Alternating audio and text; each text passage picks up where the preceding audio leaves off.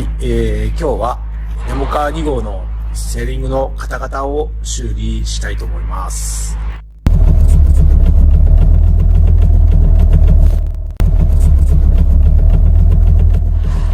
結構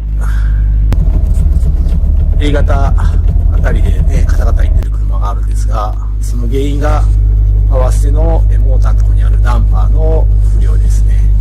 なんでこれを交換していきたいと思います。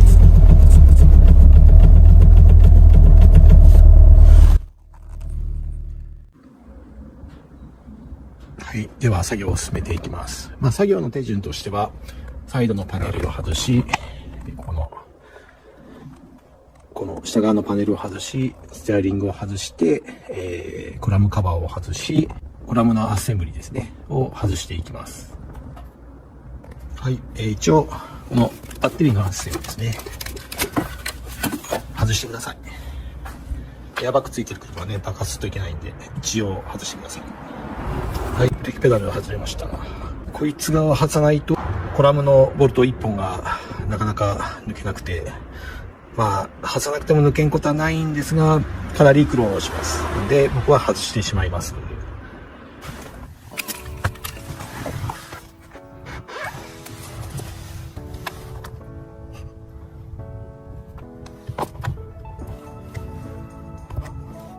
いるかな？ボルトですね。この、よいしょ、これ。ボルトが抜けないんですよね。はい、ここ、ヨークですね。スリングシャフトヨーク。ここも、マーキングした方がいいです。あと、ここでセンターずれてしまうこともよくあるんで、マーキングしてください。摘出できました。これからモーターを外していきたいと思います。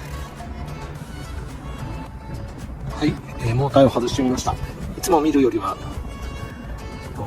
バラバラの細々になってしまったこの緑の部分ですねが転がってるんですが、一応形で残っていますね。でもこうちょっと動かすとカチカチ音が、もう少しでダメになるのかなとか思いますですね。普通だとよくあるのは本当にもう完全にこの緑の部分が落ちきってしまうということが多いですね。でもバラシャンで新品で変えていきます。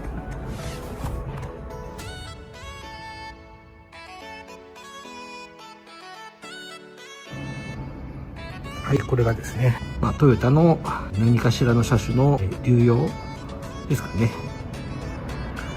ダンパー、ネット見るともう普通に出てるんで調べてみてください。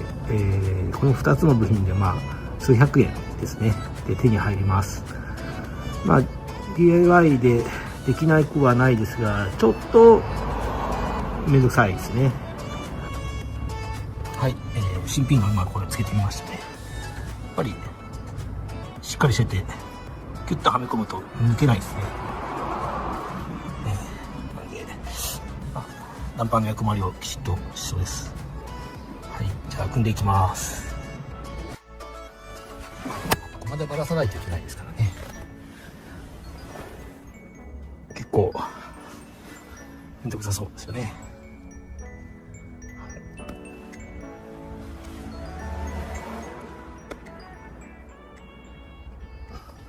はい、これ結構地味に重いんですよ。この狭いとこでこう片手で持ち上げてボルト入れるのしんどいっす。はい、パワーステのダンパーですね。パワーステモーターのダンパーですね。交換終わりました。そうですね、まだちょっと音しますけど、これはステアリングコラムのどうもへたりもあるようで、ちょっと音が出てますね。ですが、本当のカチカチカチカチっていうひどい音はもう出ないですね。そうですね。方々はちょっと言ってますけど、モーターのところのカチカチに近い音、そうですね、出てないですね。はい。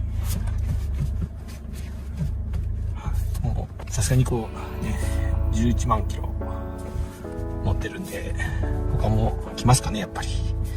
はい。ですが、まあ、これでちょっとは快適に走れるんではないかなと思います。では。